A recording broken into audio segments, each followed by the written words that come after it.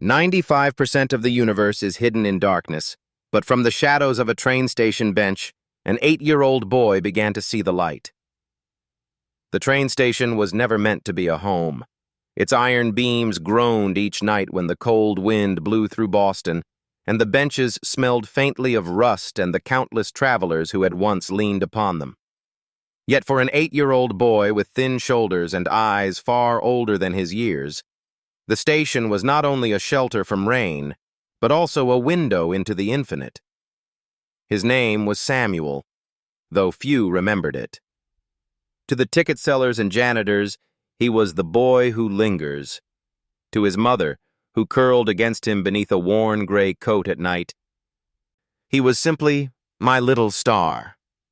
She had once worked in a diner, pouring coffee for tired students from the university nearby. Illness had stolen her strength, and poverty had taken the rest. The father, a miner, had died 2 winters ago in a collapse underground. Since then, the pair had drifted like shadows along the city's edges, searching for warmth. Yet the boy's gaze was rarely on the ground. Each night, when the train schedules grew quiet and the station lights dimmed, Samuel would press his small hands against the iron railing and tilt his face upward. Above the city's haze, stars pulsed faintly. The North Star, the Belt of Orion, and the broad river of the Milky Way. They were not simply lights to him. They were puzzles, like pages of a book written in code. He owned one possession that marked him as different: a battered astronomy primer, its cover torn, pages water-stained. He had rescued it from a trash bin outside a library. To anyone else, it was useless. To Samuel, it was treasure. The first chapter described Galileo, who once turned a crude telescope skyward. The words fascinated him, though he stumbled over many.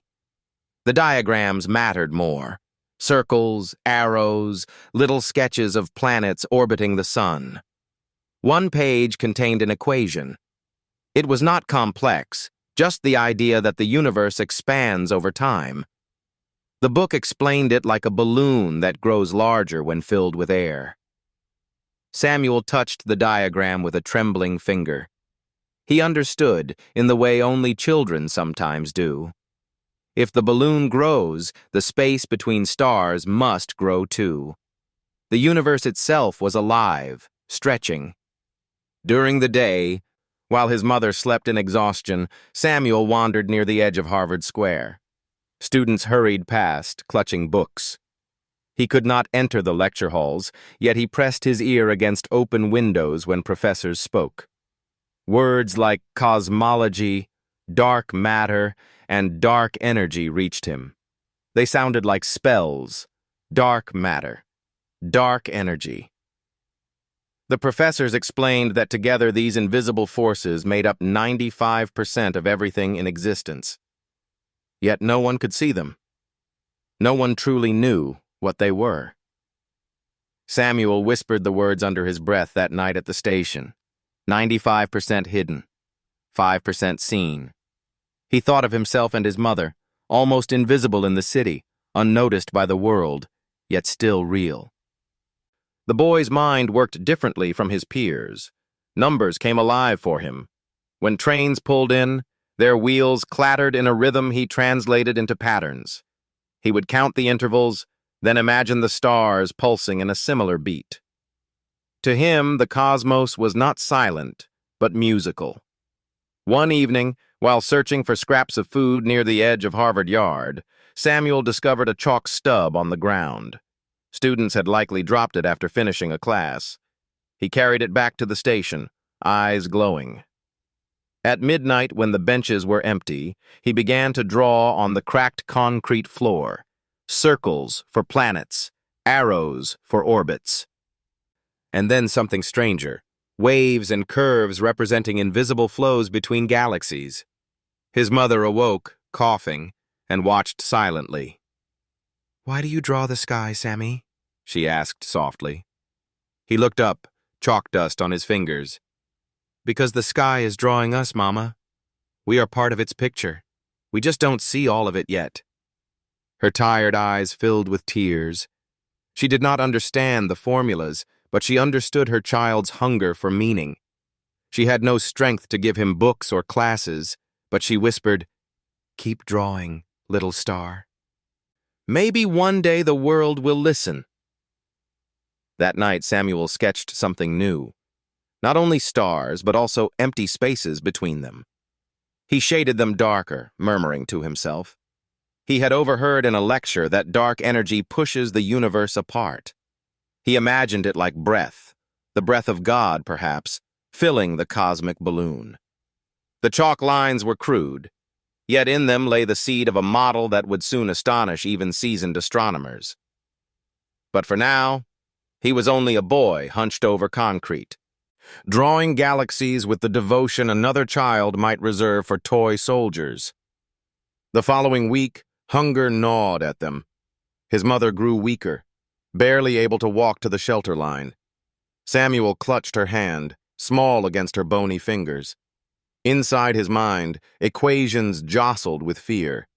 He wondered if the universe itself ever weakened, if galaxies grew tired of expanding. He remembered the equation from the book. Expansion driven not by matter, but by something unseen. Perhaps even the universe carried an invisible burden, the way his mother carried hers. On one afternoon in early spring, while Samuel lingered near a campus gate, a group of graduate students laughed as they saw him scribbling on a scrap of paper. "What's that? Homework from Mars?" one jeered. Samuel flushed, but his hand continued to move. The symbols were not exact, just arrows and ratios, but the logic within them was undeniable, the relationship between matter, energy, and the shape of space. An elderly janitor passing by stopped. He squinted at the boys' sketches. He had once attended lectures in the physics building decades earlier, before life had pulled him into labor.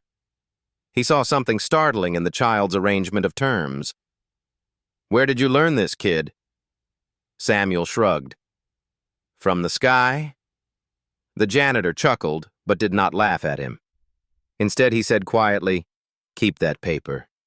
Some people spend a lifetime trying to see what you already glimpse." That night, Samuel pressed the scrap under his thin pillow. He could not read every symbol correctly. He could not even spell half the words he heard. Yet he knew he was tracing the outline of a mystery larger than himself, a mystery that consumed nearly the entire universe. The chapter of his life beneath the train station roof had only begun, but already the darkness above was whispering to him. The blackboard stood like a silent witness in the corridor of Harvard's physics building. It was covered with chalk dust, streaks of half-erased equations stretching from corner to corner. Most who passed it each morning barely noticed. To them, it was just a remnant of another seminar, another day. But for Samuel, the 8-year-old boy who wandered in from the edge of the city, the board was not simply a wall, it was a window. He had slipped inside when a group of graduate students left the heavy oak doors open.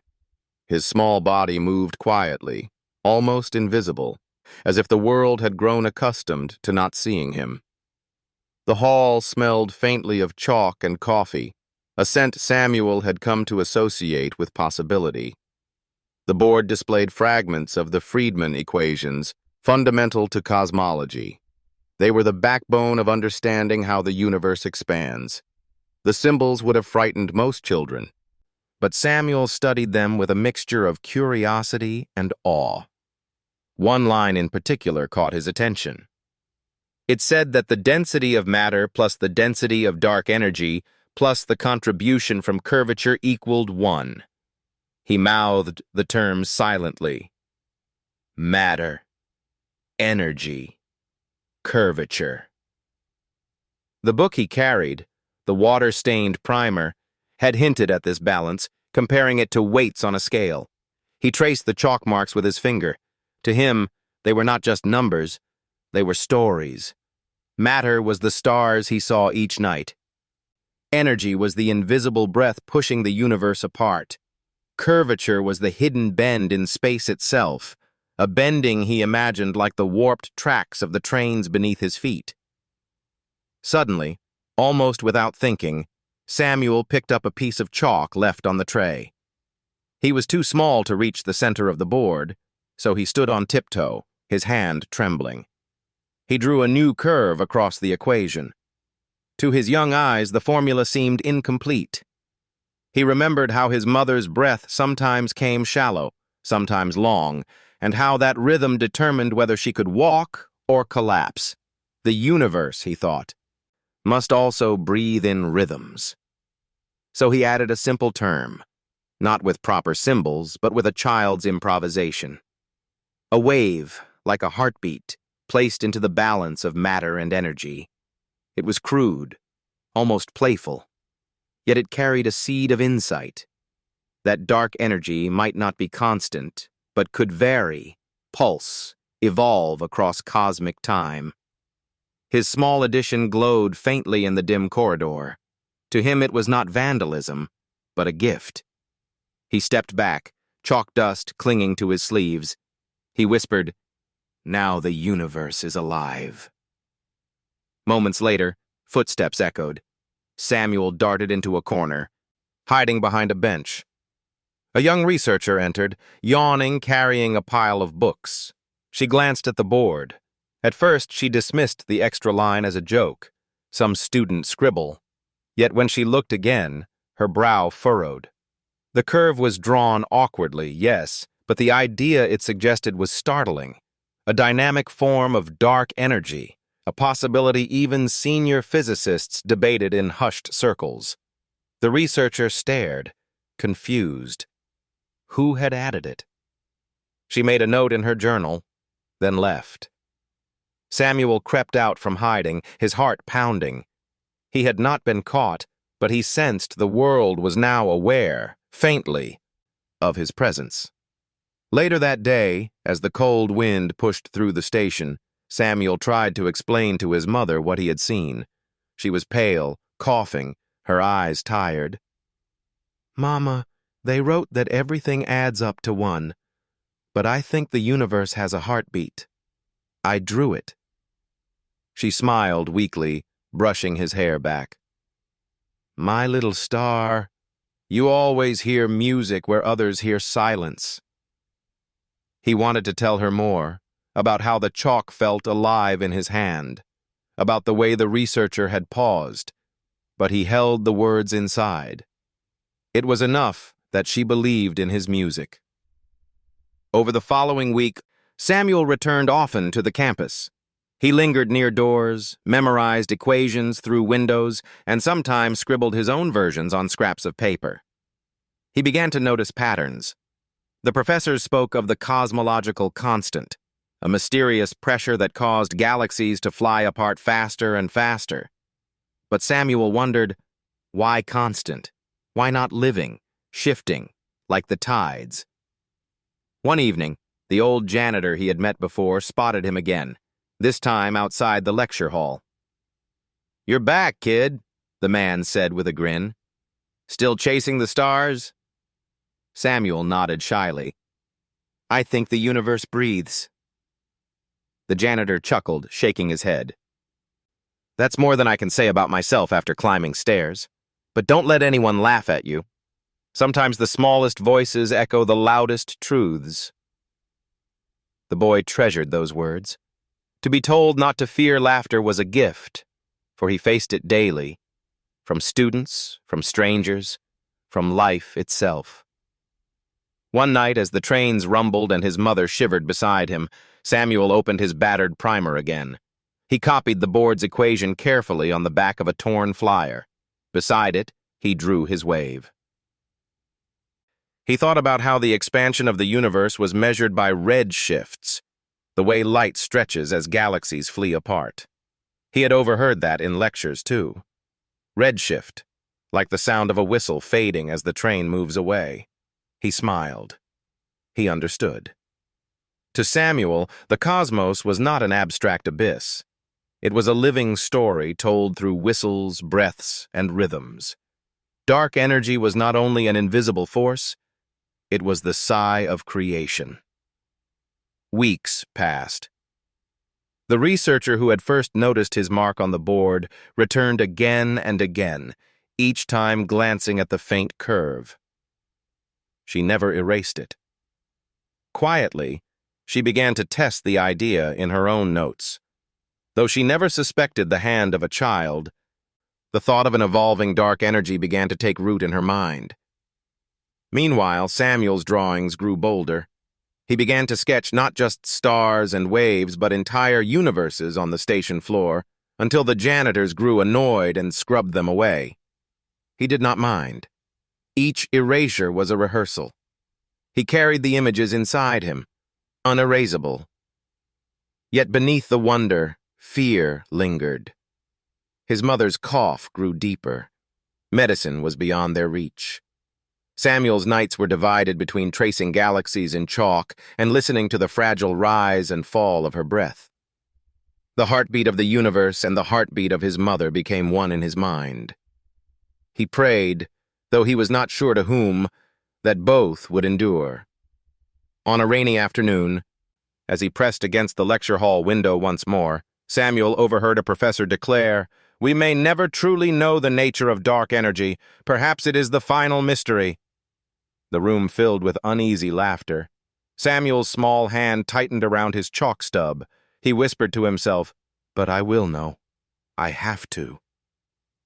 The blackboard had opened a door. The world still walked past him, blind to his presence, but he had seen enough to believe. The universe breathed, and he was determined to listen. The chapter of hidden equations had begun to entwine with the chapter of his own fragile life, and soon neither could be separated. On the corner of a narrow street near Harvard Square, where the smell of roasted beans drifted out into the chill air, there stood a small coffee shop. Its wooden sign was faded, its windows clouded with steam. Inside, graduate students hunched over laptops. Professors argued in whispers, and tired workers sipped from chipped mugs. For most, it was nothing remarkable. But for Samuel, the 8-year-old who pressed his nose against the window, it was a sanctuary he had never entered. He often lingered there on his wanderings. The warmth that escaped each time the door opened felt like a promise, a reminder that there existed a world where people sat without fear of rain, with books spread before them and cups of hot coffee steaming at their elbows. He could not buy a drink, but he could stand quietly outside, studying the faces of those within, and imagine what it felt like to belong. It was on one gray afternoon, when his mother slept wrapped in their thin blanket at the station, that Samuel's life changed. The door creaked open, and a man stepped out, tall, stooped with age, his shoulders wrapped in a heavy wool coat. His hair was white and unruly, his glasses thick, and he carried under one arm a notebook bulging with loose sheets. The man paused, adjusting his scarf, and noticed Samuel staring. "Cold day to be standing out here, boy," the man said, his voice rough but not unkind. Samuel hesitated, then whispered, "I like to watch." "Watch what?" "The people with books." The man tilted his head, curious. "And what would you do with a book if you had one?"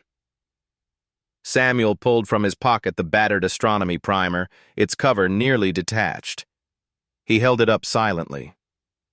The old man's eyes softened. "Ah, the stars." He gestured toward the door. "Come inside. No one should freeze while learning about the universe." Samuel followed timidly. The warmth enveloped him, and he blinked at the sudden fog on his glasses. They sat at a corner table unnoticed by the crowd. The man ordered a cup of hot milk for Samuel, paying with a handful of coins. When the steaming mug arrived, Samuel held it with both hands, as though it were more precious than any treasure. The old man leaned forward. "My name is Professor Alden, retired now. I once taught physics, long before you were born.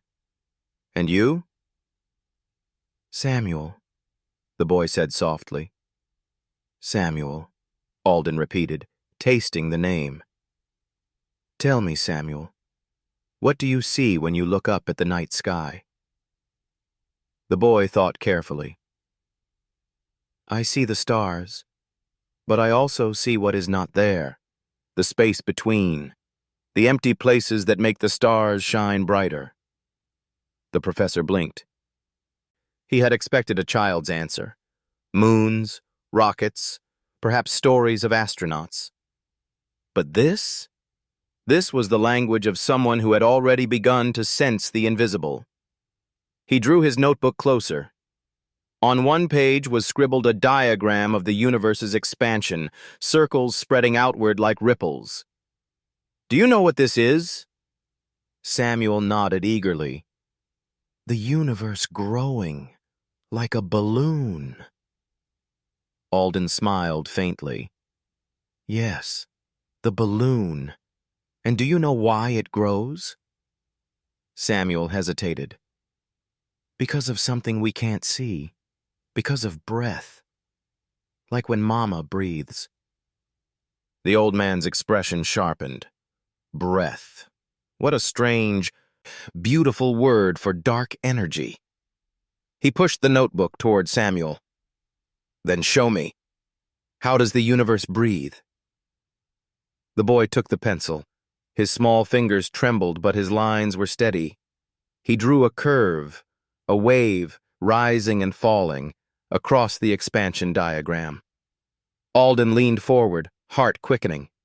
He had spent decades teaching graduate students, yet few had ever dared to suggest what this child's hand now traced. A dynamic, living, dark energy. Where did you learn this? The professor whispered. Samuel shook his head. From the trains. They come, they go, like heartbeats. I think the sky does the same. For a long time, Alden did not speak. Around them, the coffee shop buzzed with the usual chatter, but for him the world had gone quiet. He studied the boy, his thin frame, the frayed sleeves of his coat, the hunger in his eyes not only for food, but for truth. Here, perhaps, was the rarest thing of all. Genius born not of privilege, but of necessity, shaped by sorrow yet unbroken. Finally, Alden closed the notebook. You are right, Samuel. The universe may indeed have a rhythm. Most scientists call it the cosmological constant, fixed and unchanging. But some of us suspect it could vary, like your wave. You must never stop listening to that rhythm. Samuel smiled, relief and pride mingling in his face. Mama says I hear music in silence. The professor nodded slowly. And she is wise. Tell me, Samuel, would you like to learn more? Not just from books thrown away, but properly? The boy's eyes widened. Yes. More than anything.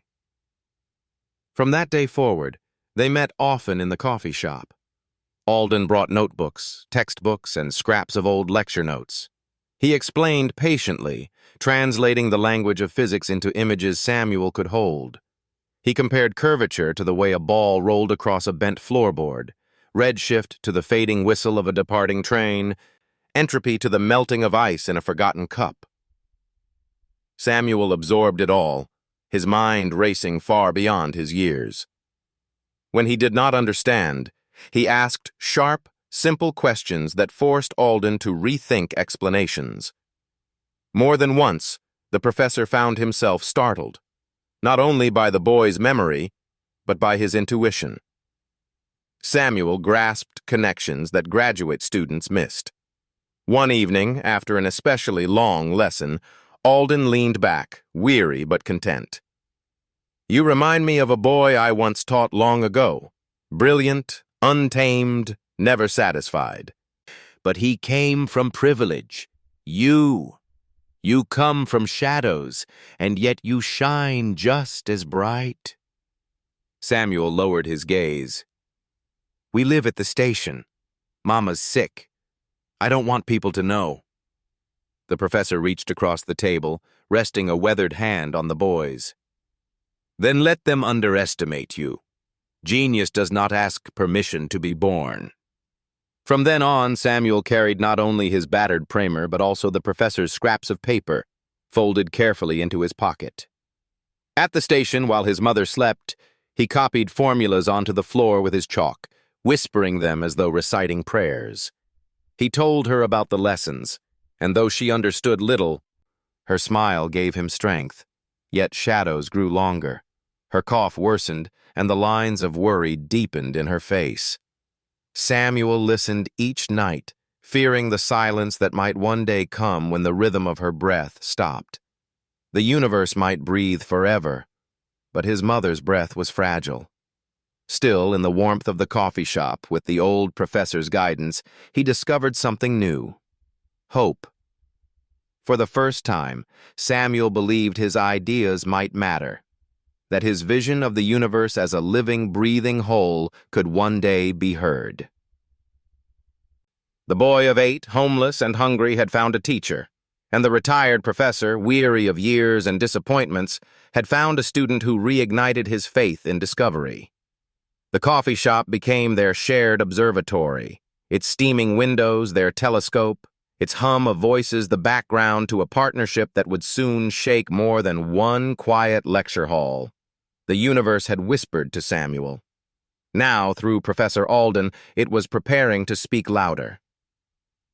The winter grew harsher. The wind that slipped through the train station doors carried with it not only cold, but also a weight of memory, pressing down on the boy each night. Samuel curled against his mother beneath the ragged coat, but her body no longer gave him the warmth it once did. Her cough came sharper, her hands colder. He began to realize, in the silent logic of children who must grow up too quickly, that she was fading. He did not speak of it to Professor Alden. In the coffee shop, he kept his questions sharp and eager, his mind burning. But when the lessons ended and he returned to the station, the truth met him like a shadow. His mother was slipping away, and no formula could stop it. Yet Samuel's instinct was to turn pain into patterns. One night, when her coughing left her weak and trembling, he asked, "Mama, may I listen?" She nodded, too exhausted to speak. Samuel placed his small head against her chest and heard the stuttering rhythm of her breath. It was uneven, broken by silences.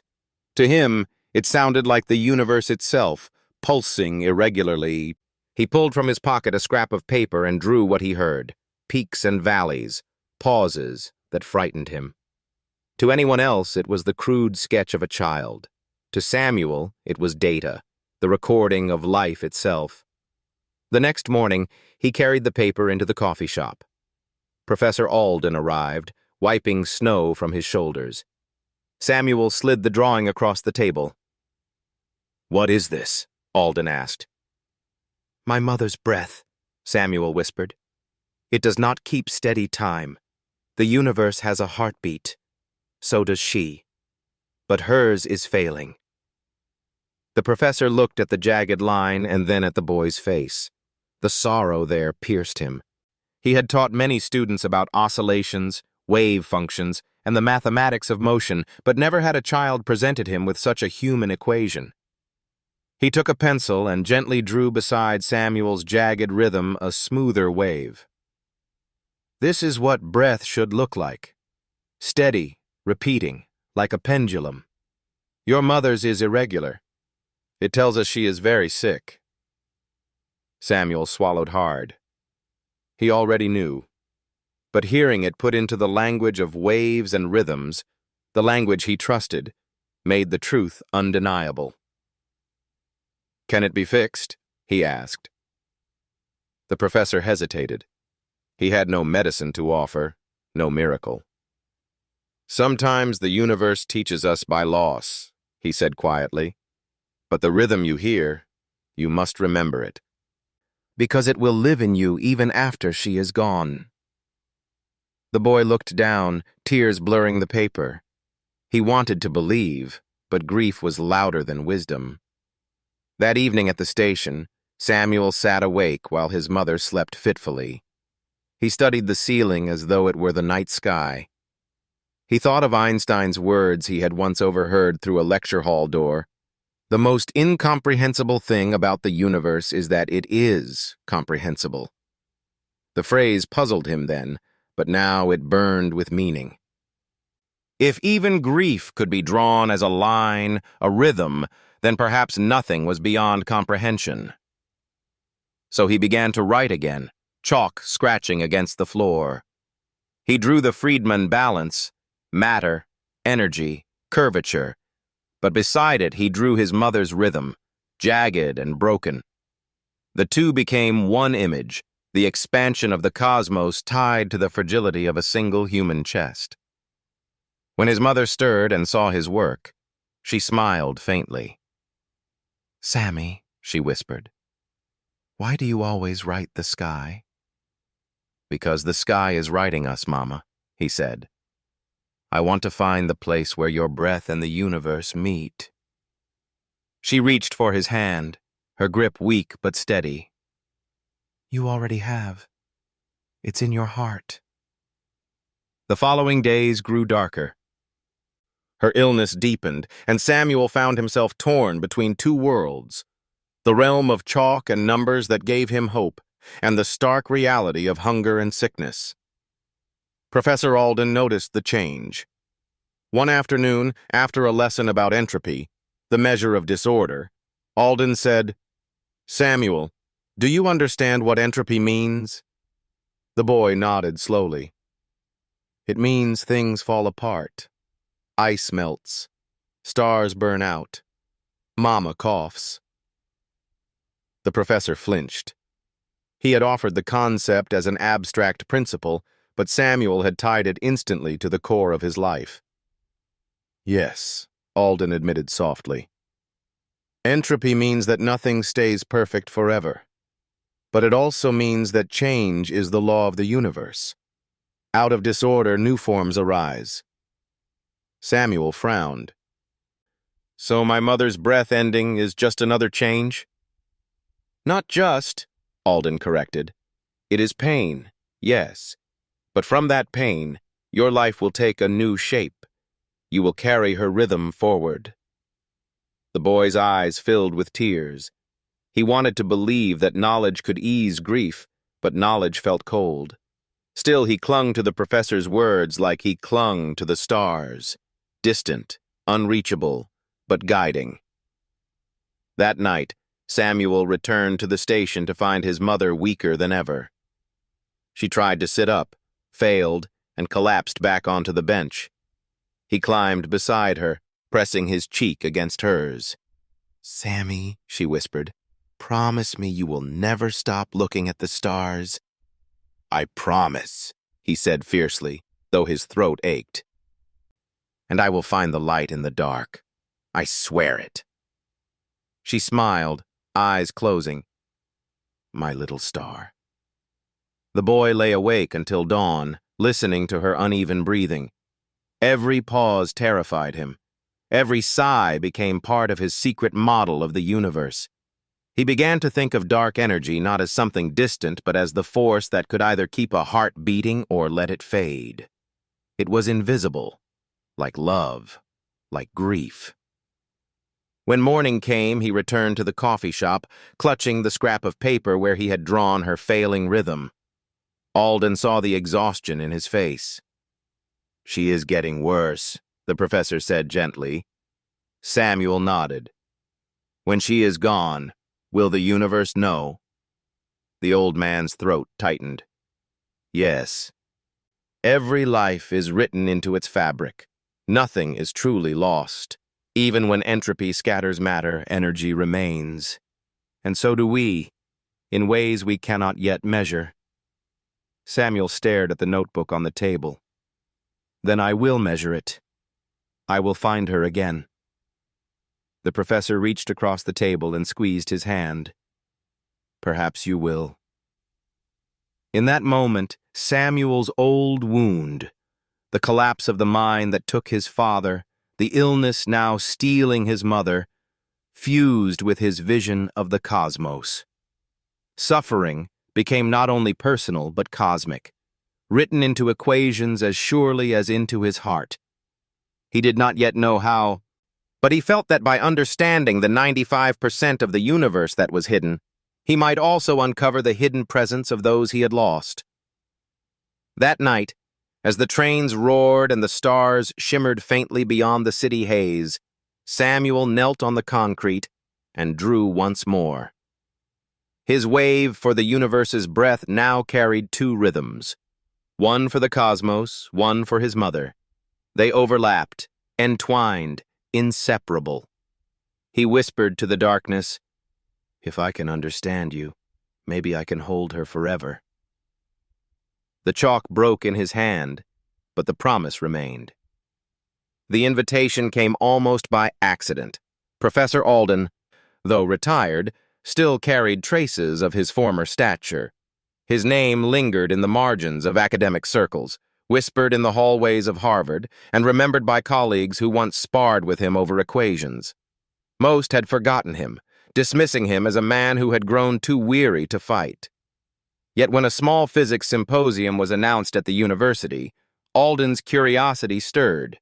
He submitted a short note, not his own, but Samuel's sketch of a universe that breathed. He did not reveal its source. He merely described it as a speculative model suggesting a dynamic dark energy term, attached to the Friedman framework.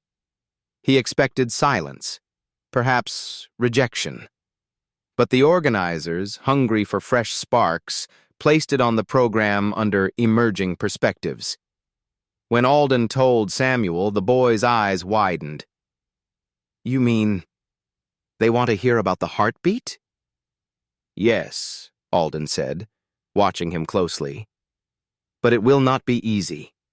These are learned men and women, proud of their knowledge. They may laugh, Samuel. They may dismiss you, as they dismissed me in my later years." The boy's small hands clenched. "I don't care if they laugh. I just want to show them the sky is alive."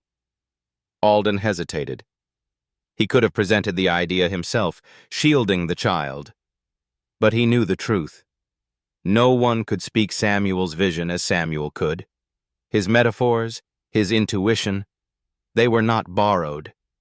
They were born from nights in the station, from the rhythm of trains, from his mother's failing breath. Only Samuel could give them voice. The day of the conference arrived cold and bright. Snow clung to the cobblestones outside Harvard's lecture hall.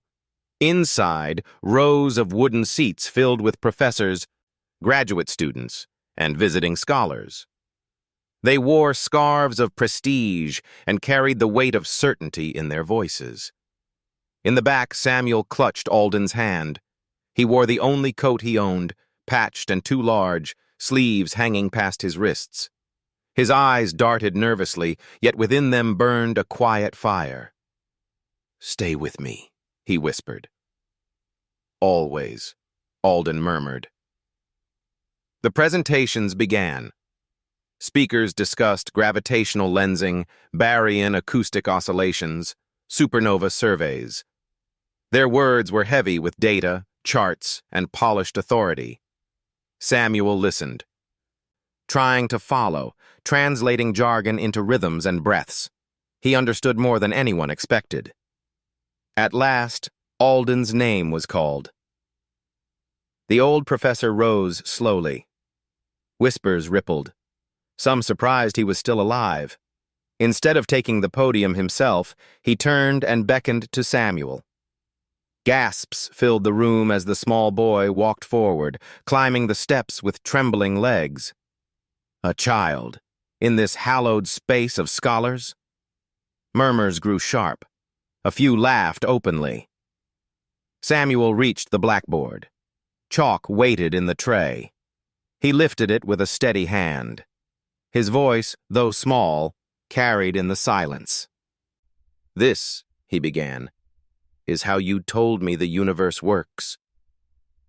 He drew the simple balance Alden had shown him many times: matter, energy, curvature. equaling 1. But when I listen to trains, when I listen to my mother breathe, I do not hear something constant. I hear something that rises and falls. He drew his wave, a curve of rhythm across the equation. What if the universe does the same? What if dark energy is not fixed but moves, like breath? The room hushed. Some frowned. Others leaned forward. The boy's words were not technical, but his image was striking. He turned, eyes wide with sincerity. You call it a constant, but nothing I know is constant. Not the trains, not the stars, not the breath of the people I love. Everything has a rhythm. Why not the universe too? For a moment, silence reigned. Then a sharp voice cut through. A tall professor in the front row rose, his face stern. This is absurd. You bring a child to draw waves on our equations? This is not science. It is theater.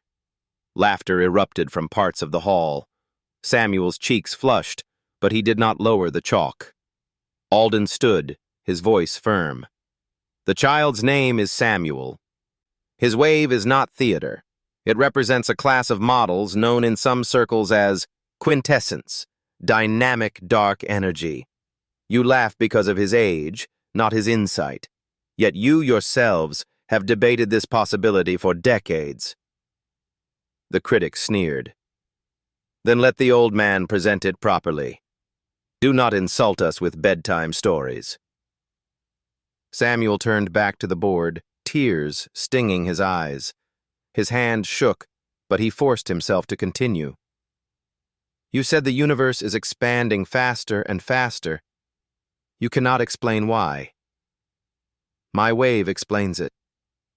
Sometimes it grows stronger, sometimes weaker, like breath, like life. The boy dropped the chalk. It clattered on the wood. He faced the hall, voice breaking. Maybe you do not believe me. But I believe the universe is alive, and I have to believe it, because if it can breathe forever, maybe my mother can too. The hall fell silent.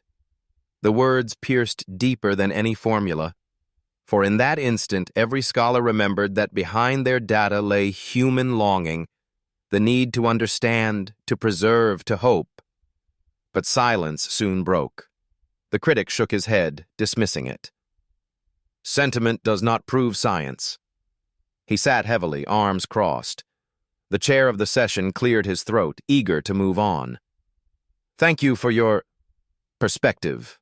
We will proceed. Samuel's heart cracked. He turned, fled the podium, and pressed into Alden's side. They don't see it, he whispered. They don't hear the music. Alden wrapped his arm around the boy. Some ears are deaf, Samuel. But remember, even if the hall mocks, the universe does not. You have spoken its rhythm. That is enough. Yet as they left the hall, unnoticed by most, one pair of eyes followed them. A young researcher who had once paused at a strange curve on a blackboard weeks before. She did not laugh. She did not mock. She wrote in her notebook, Dynamic dark energy, a child's wave. Remember this. Back at the station that night, Samuel sat silent, his chalk untouched. His mother reached for his hand, her voice weak. Did they listen? He hesitated, then whispered, Some did not, but maybe one did. She smiled faintly. That is enough, my little star. Light needs only one eye to see it. Samuel lay beside her, staring at the ceiling beams. His heart ached. But somewhere within, the fire burned stronger. They had laughed. They had dismissed him. But the idea was spoken now, carried into the air of Harvard's halls. The universe's breath had entered the conversation of men who claimed certainty. And one day, Samuel knew, certainty would falter. The morning after the symposium, Boston's streets felt colder. Snow clung to the gutters, and the sky pressed low, gray, and unyielding. Samuel sat on the station bench beside his mother, clutching a broken piece of chalk, as though it were the last fragment of hope. He had spoken his vision aloud, that the universe itself breathed, that dark energy might rise and fall like a living rhythm. But the hall had laughed. Only Alden's steady presence had kept him from crumbling. Yet even the professor's words of comfort could not erase the sting. "They don't want me to be right," Samuel whispered as trains rattled past. "Because I'm a child. Because I'm nothing to them." "You are not nothing," Alden replied. "You are the very spark they have forgotten. That is why they fear you." Fear indeed. For in the offices of the physics department, the symposium's critic, Professor Harold Whittaker, sat brooding. A man of towering reputation and ruthless pride, Whittaker had spent decades building his authority on the foundations of cosmology. His lectures were legendary for their sharpness, his papers for their precision. Yet beneath his brilliance lay vanity. He could not bear the thought that a boy, a homeless child, might have glimpsed what he had overlooked. To Whittaker, Samuel's presence was an insult to scholarship. That the old, half-forgotten Alden had paraded a ragged child before the community seemed a mockery of science itself. And so he resolved not merely to dismiss Samuel, but to crush him, and in doing so, reclaim his dominance. 2 days later, notices appeared across campus. Professor Whittaker would hold a public lecture on the misconceptions of dynamic dark energy. The timing was deliberate, the content more so. Alden received the flyer in the coffee shop, his hands trembling. "He means to use you as an example," he told Samuel. "He will ridicule the very idea you drew on that board, not with kindness, not with patience, but with scorn. He intends to bury it." Samuel's small fists clenched. "Then I have to go. If I don't, he wins." Alden hesitated. He wanted to protect the boy from cruelty, but he knew Samuel's fire could not be hidden. "Very well," he said at last. "But remember, truth does not need anger. It only needs courage." The lecture hall was packed that evening.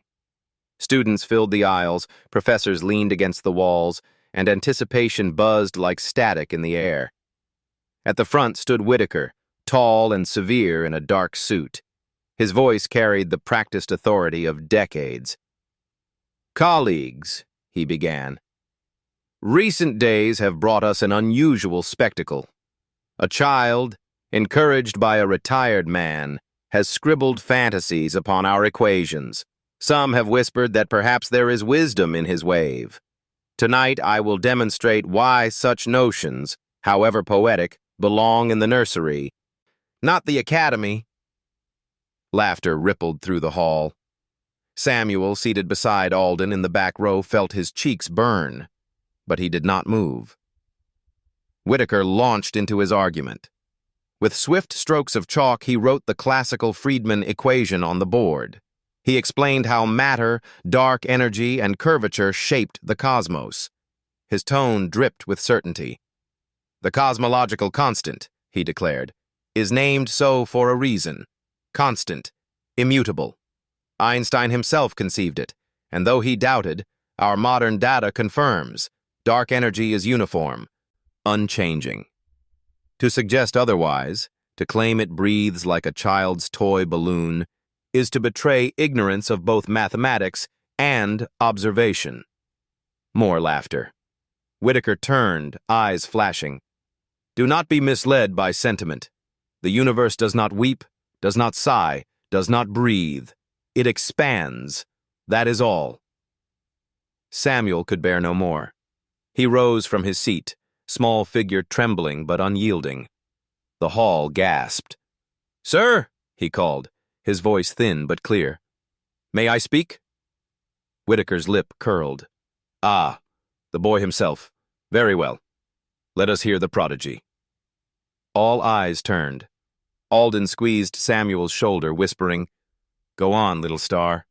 Samuel walked to the front, his coat trailing. He took the chalk from Whitaker's tray.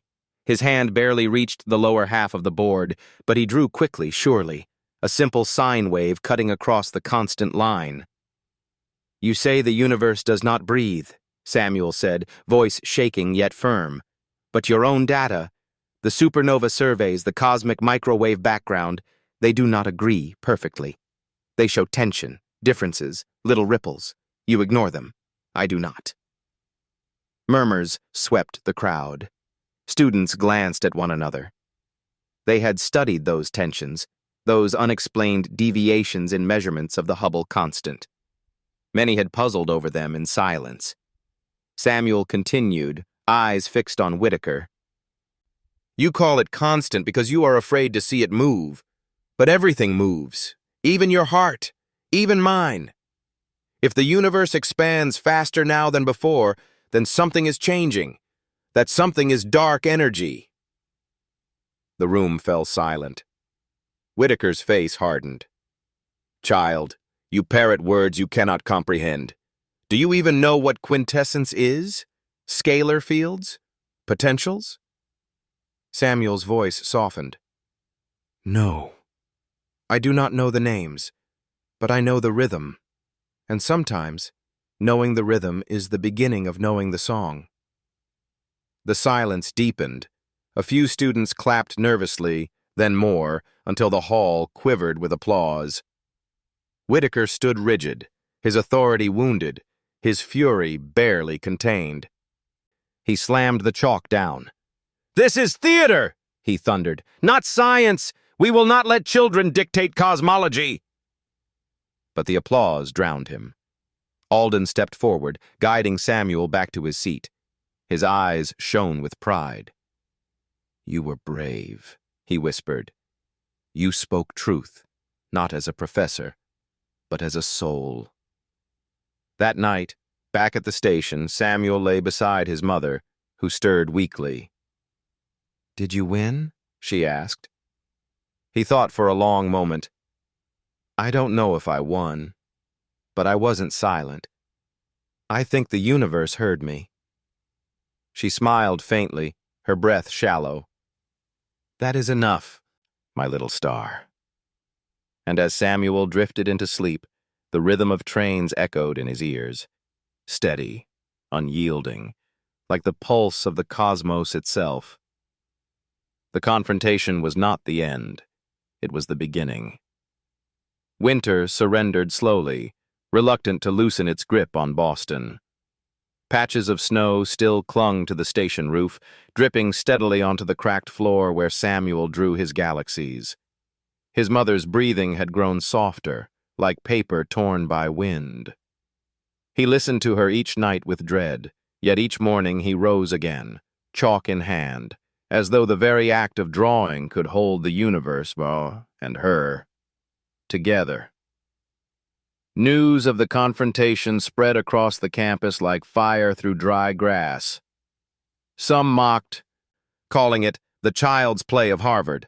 Others whispered more quietly, unsettled by what they had heard.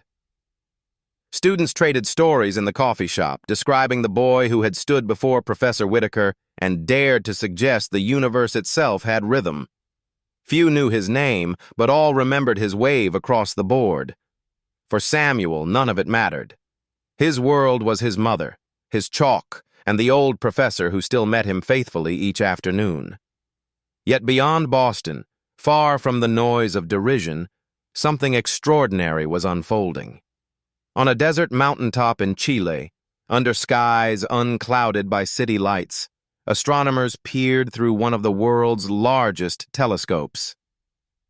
They were mapping distant supernovae, explosions of dying stars, whose fading light served as mileposts for measuring the universe's expansion. For years, the numbers had troubled them. The rate of expansion measured nearby seemed faster than that inferred from the early universe's glow, the cosmic microwave background. Scientists called it the Hubble tension, an unresolved riddle gnawing at cosmology's heart. That night, as they compared their latest data, something startling emerged. The pattern was not constant. The acceleration itself seemed to waver, as though pulled by a force that shifted with time. The possibility they had long whispered, that dark energy might not be fixed, stared back at them from the stars. The lead researcher, a young woman named Dr. Elena Cruz, sat back in her chair, heart pounding. She remembered a conference report weeks earlier, a footnote that mentioned a child in Boston who had drawn a wave across the Friedman equation. She had dismissed it as legend, rumor. Now, looking at her data, she felt a chill. The universe breathed. Back in Boston, Professor Alden arrived at the station one morning with a newspaper folded under his arm. His face glowed with restrained excitement. He sat beside Samuel, who was sketching spirals on the floor. "Little star," he said, voice trembling. "Look." He unfolded the paper. The headline read, "Chilean team finds clues of shifting dark energy." Beneath it, diagrams showed faint ripples in the universe's expansion. Words like dynamic and time-dependent leapt from the page. Samuel's eyes widened. "They saw the wave?" "Yes," Alden whispered. "They saw it in the stars themselves." The boy clutched the paper, his small hands trembling. He could not read every word, but he understood the meaning. His wave was no longer just chalk on concrete. It lived in data, in telescopes half a world away. For the first time, he felt the universe answer him back. But news travels fast, and so does envy. Within days, Professor Whitaker seized upon the reports, twisting them to his advantage. At a faculty gathering, he thundered, "You see? Dynamic models are not the child's invention. They are the fruit of serious science. To suggest otherwise insults the labor of true researchers." He sought to erase Samuel from the story, to claim the discovery for himself and his peers. "Children may play with chalk," he sneered, "but science belongs to scholars." Yet not everyone agreed. Whispers spread of Alden's boy, the homeless child who drew waves. Students spoke of his trembling voice, his courage before mockery montage. Journalists sniffed out rumors. And slowly, the myth of Samuel began to grow. The coffee shop buzzed with speculation. One afternoon, a young graduate student approached Alden's table, glancing nervously at Samuel. "Professor, is it true? Did he really draw that curve before the Chilean data?" Alden studied the boy, who sat quietly sipping his milk. Then he nodded. "It is true." The student's eyes widened. "Then he is a prodigy." Samuel looked up, puzzled. "What does that mean?" "It means," Alden said softly, "that you see what others cannot. That you hear the universe before they listen." Samuel lowered his gaze. "I just draw what I feel." "That," Alden murmured, "is genius." At the station that night, Samuel shared the paper with his mother. She lay weak, her breaths shallow, but her eyes glowed with pride. "You see, Sammy? The sky listened. The world listened. You are my little star." He pressed his forehead against hers. "Mama, if the universe can breathe, maybe you can too." She smiled faintly. "Perhaps. But even if I cannot, you will carry my breath in yours." Tears blurred his vision. He clutched her hand tightly, as if by sheer will he could bind her to the living. The shock of the discovery was joy, but it was tangled with sorrow, for every heartbeat of the universe reminded him of the fragile one beside him. In the following weeks, the tension grew. Whitaker published scathing essays, dismissing Samuel as a myth while co-opting the Chilean results for himself. Yet quietly, more researchers began to wonder. Could it be true? Could a child, untrained, homeless, have glimpsed the cosmos before them? Samuel himself cared little for their debates. Each day he returned to his chalk, refining his drawings. He began to sketch not only waves but entire cycles, universes expanding, slowing, breathing again. He imagined cosmic lungs, infinite and vast, inhaling and exhaling across eons. One evening, as Alden watched, the boy whispered, "If the universe breathes forever, then maybe death is not the end. Maybe Mama will not disappear. Maybe she will just become part of the hidden part, the dark energy." The old professor felt tears sting his eyes. "Perhaps you are right, Samuel. Perhaps she already is." The boy smiled faintly, clutching his chalk. The shock of the data had shaken the world of scholars. But for Samuel, it was something more profound, a promise that love, like the universe, might never truly vanish. The universe had answered. And in its breath, Samuel found a fragile hope. The Chilean discovery could not be ignored. Within weeks, journals brimmed with cautious reports, hints of time-varying dark energy. Headlines declared, "The universe may be breathing." Television anchors struggled to explain in simple terms what scientists themselves barely understood. For Samuel, the news was a vindication. For Whitaker, it was a wound. The professor sat alone in his office late one night, surrounded by books and papers stacked like fortresses against doubt. He had built his career upon certainty, upon declaring with authority what the universe was and was not. To him, cosmology was a cathedral of equations, and he was its high priest. Yet now, that cathedral shook. The wave drawn by a ragged child had crept into the foundations. He reread the reports from Chile. The supernova data hinted at acceleration that was not smooth, not constant. It rose and fell like a breath. The very idea he had ridiculed, the very shape that had humiliated him before his peers.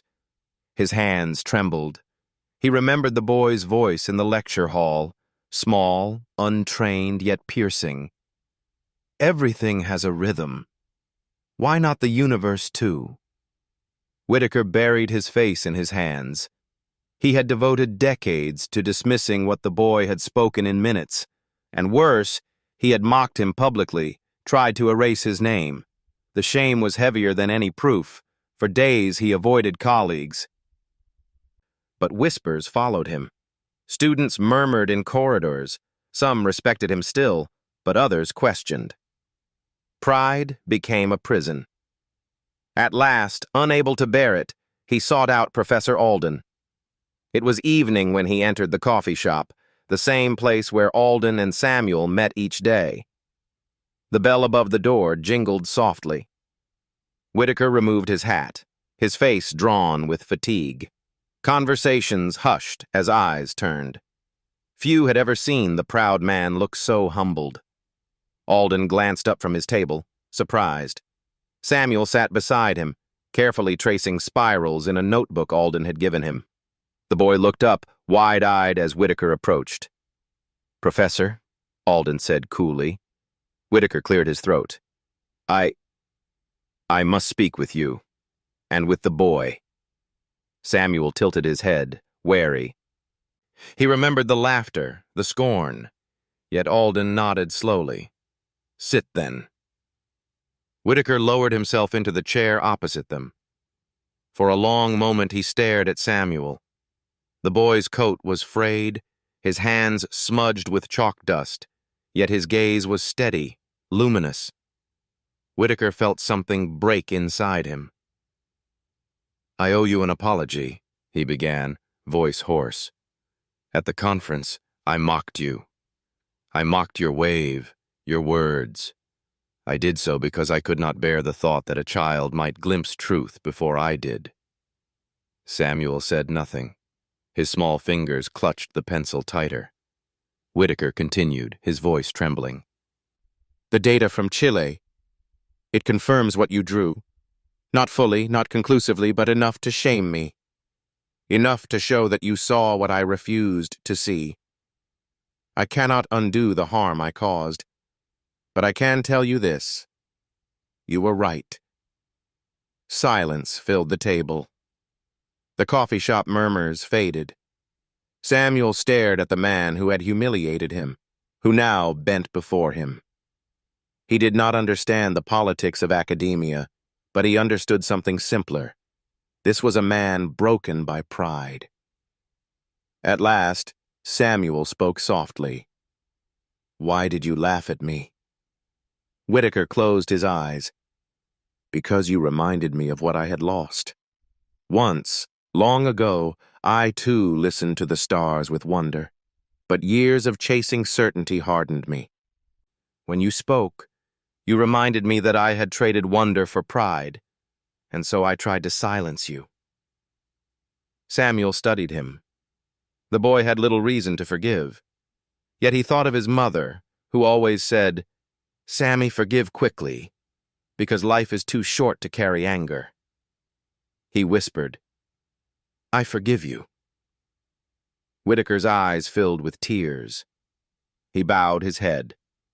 Alden, watching, felt a strange mixture of triumph and sorrow.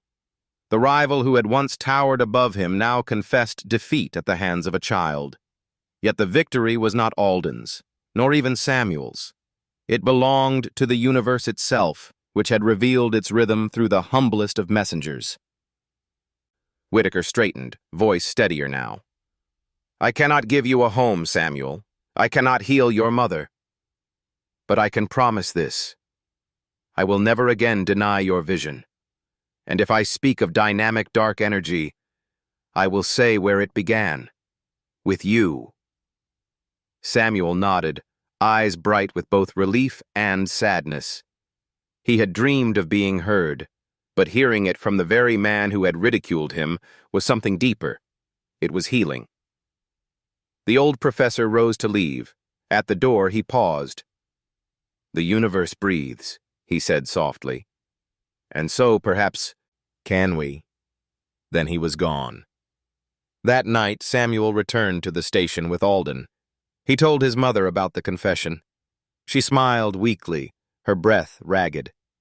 "You see, Sammy? Even the proud must bow when truth sings.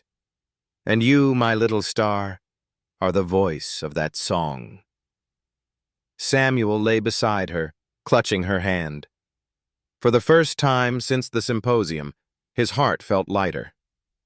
The rival had confessed, the laughter had ended, and his wave was no longer a child's scribble, but a symbol of truth. Yet he knew the story was not finished. His mother's breath still faltered. Time was running out. The universe might breathe forever, but she would not. And Samuel's old wound deepened even as healing began. Still, as he drifted into sleep, he whispered to the darkness, "Thank you, Mama. Thank you, stars. Thank you, even you, Professor Whitaker, because now I know the universe listens." And the trains rumbled like a heartbeat through the night. The days grew shorter, though spring had officially arrived. In Boston, blossoms appeared on the trees along Harvard Yard, but Samuel barely noticed them. His world was shrinking. Each night his mother's breathing became shallower. Each morning her eyes opened with greater effort. He carried her cough inside him as though it were his own, hearing in its uneven rhythm the same fragile patterns he saw in the sky. The confession of Professor Whitaker had lifted a weight, but it had not changed what mattered most. Samuel's mother was slipping away. Even the universe could not stop entropy, the gradual loss of order. Yet in the quiet of those nights, the boy's mind worked tirelessly, searching for meaning. One evening, as the station lights flickered above, Samuel whispered to Alden, "If dark energy pushes the stars apart, and dark matter holds them together, maybe they are like my mother's breath. In and out, light and dark, expansion and holding. Both are needed." Alden leaned close, listening with the patience of a grandfather. Yes, Samuel. That is a profound way to see it. Dark matter is the unseen hand that gathers galaxies, while dark energy is the unseen wind that drives them apart. Without both, the universe would collapse or tear itself to pieces. Samuel nodded solemnly. Like us. Mama holds me close. The stars pull me away.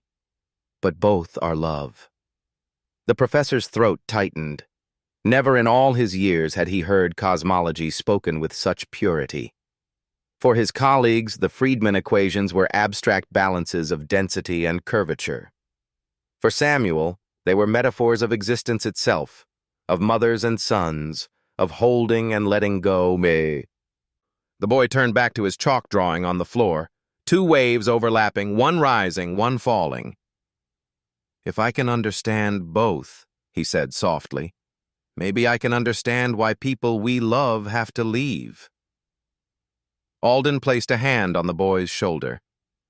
Perhaps.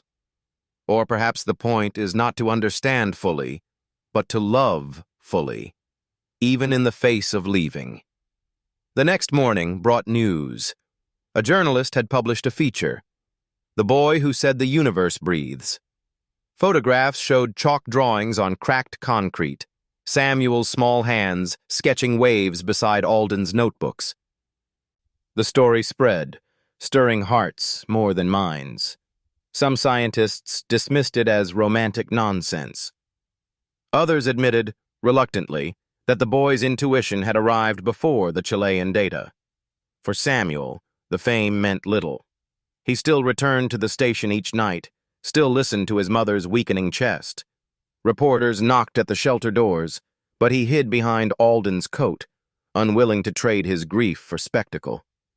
One night, as he pressed his ear against his mother's chest, she whispered, "Sammy, are you afraid of the dark?" He shook his head. "No, Mama. The dark is where most of the universe lives." She smiled faintly. "Then you are braver than I? Promise me you will carry light into that darkness." "I promise," he whispered fiercely. Later he tried to explain it to Alden. 95% of the universe is invisible. People are afraid of that. But maybe that is where love goes when it leaves. Into the hidden part.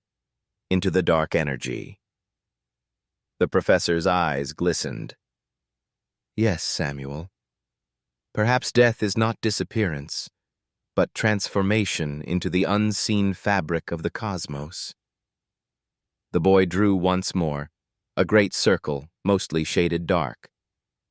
In one small corner, he left a bright patch. "That is us," he said. 5%. But it is enough to see everything else." The professor nodded. "Enough, indeed." As April faded, Samuel's mother slipped further into silence. One evening, she could not rise at all. Samuel sat beside her, clutching her hand. The station seemed unusually still, as though even the trains had paused to honor her. "Mama," he whispered, "do you hear the stars?" Her lips curved faintly. "Always." He leaned close. "Then when you go into the dark, listen for me, because I will be listening for you." Her eyes closed. Her breath faltered. The boy wept quietly, pressing his face against her chest. Professor Alden stood nearby, hat in his hands, tears streaming down his cheeks. He could not intervene, could not soften the blow. He could only witness, as helpless before grief as he was before the mysteries of the universe. Hours later, when Samuel finally looked up, the station roof seemed strangely luminous. A shaft of moonlight broke through a crack, falling across his chalk waves. He wiped his eyes and whispered, "She is in the dark now. But the dark is not empty. It is full of her." The professor knelt beside him. "Yes, Samuel. Light does not vanish. It only travels where our eyes cannot follow." The boy straightened slowly, exhaustion heavy in his frame but fire in his gaze. Then I must keep drawing. I must keep finding her in the stars. In that moment, grief became vow. The old wound of his father's death, the fresh wound of his mother's passing, merged with his cosmic vision. He would not let the darkness swallow him. He would make it sing. The next day, Alden led him back to the coffee shop. Reporters were gathered outside, clamoring for a glimpse of the boy. Alden shielded him, pushing through the crowd. Inside, he sat Samuel at their usual corner table. "Listen to me, little star," he said firmly. "You are more than a story. You are more than a curiosity. You are a messenger. Carry your pain carefully. Do not let them exploit it. Speak truth, but guard your heart." Samuel nodded, eyes still red from tears. "I will speak the universe. But I will not forget Mama." The professor clasped his hand. Then light has already risen from the darkness. Outside, spring sunlight glimmered on the streets of Boston. Inside, at a corner table, a boy of 8 traced waves on paper, each curve a hymn to the mother he had lost, and to the cosmos that had received her. The universe breathed, and in that breath, Samuel felt her presence still. The station had changed. Once it had been only a shelter for the forgotten, its benches cold and its roof leaking. Now, on certain evenings, laughter and questions filled its corners.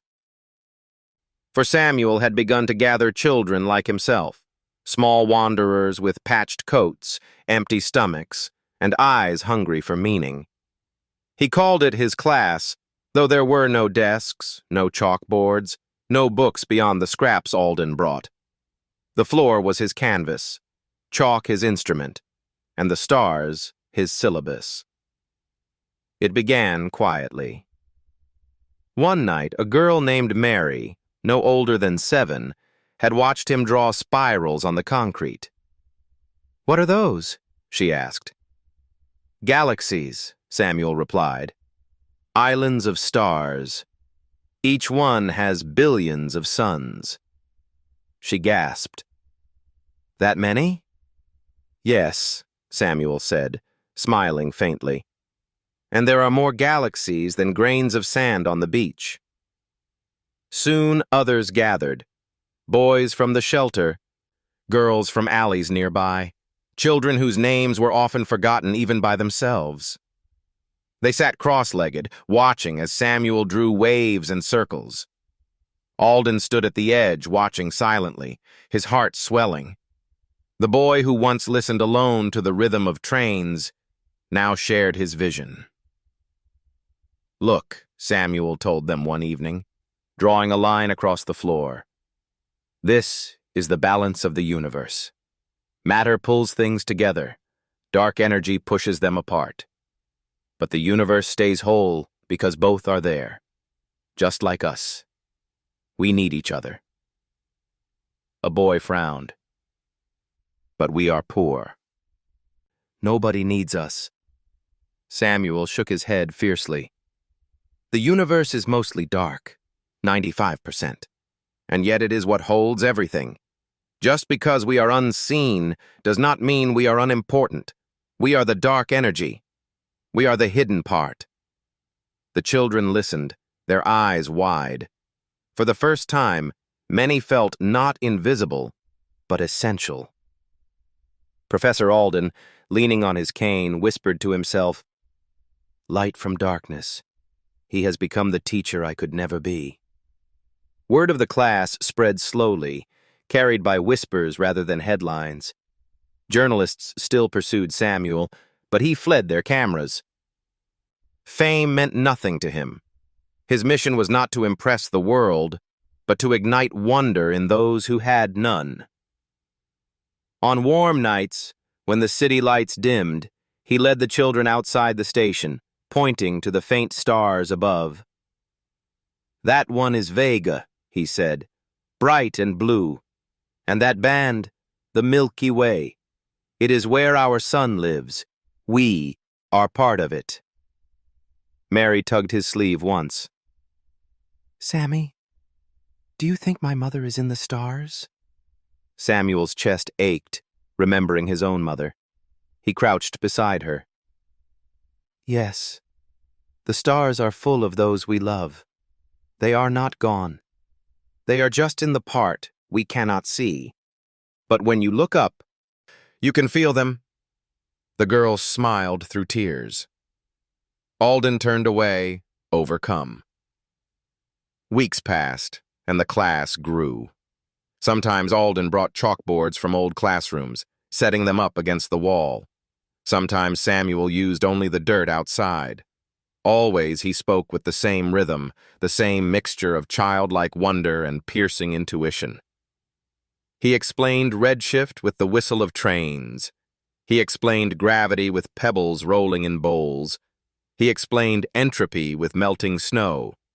And each lesson carried a message beyond science, that even in poverty, even in grief, meaning could be found. One evening, Whitaker himself appeared at the edge of the crowd. The rival professor, once so proud, now stood silent, hat in hand, listening as the boy taught. When Samuel finished, Whitaker approached. "You are building something greater than equations," he admitted quietly. "You are building souls." Samuel looked at him with calm eyes. "Souls are bigger than universes." Whitaker bowed his head, humbled. As spring ripened into summer, Samuel's class became a small community. Children arrived not only to learn about stars, but to feel less alone. They found family in each other, and in the boy who had turned his grief into light. One night, after the children had drifted off to sleep, Alden sat beside Samuel on the bench. The old man's voice trembled. "Do you know what you are, little star? You are a healer, not of bodies, perhaps, but of hearts. You have turned wounds into wisdom. That is rarer than any discovery." Samuel leaned against him, weary but content. "Mama said to forgive quickly and love fully. I am just doing that." They sat in silence, watching the stars rise. The professor felt his life nearing its twilight, but beside Samuel he sensed no fear, for the boy would carry forward not only knowledge but kindness, the true legacy of genius. Later that night, as Samuel drifted into sleep, he dreamed of his mother. She stood in a field of stars, smiling, her breath steady and strong. She whispered, "You kept your promise. You carried light into the darkness." He woke with tears, but they were gentle tears, healing rather than burning. In time, Samuel's story would spread further. Scholars would debate his ideas, refine them, perhaps even prove them. But in the quiet heart of Boston, under the roof of a station once filled only with loneliness, an 8-year-old had already achieved what science alone could not. He had taught the forgotten to see themselves in the cosmos. And so the tale closed where it began, in darkness. Yet now the darkness was no longer empty. It was full of breath, full of rhythm, full of unseen love. The universe breathed, and Samuel, the little star of the station, breathed with it, not in isolation, but with a class of children whose laughter turned shadows into light. Thank you for listening to this story. If it touched you, please subscribe and join me again as we search for light within the dark.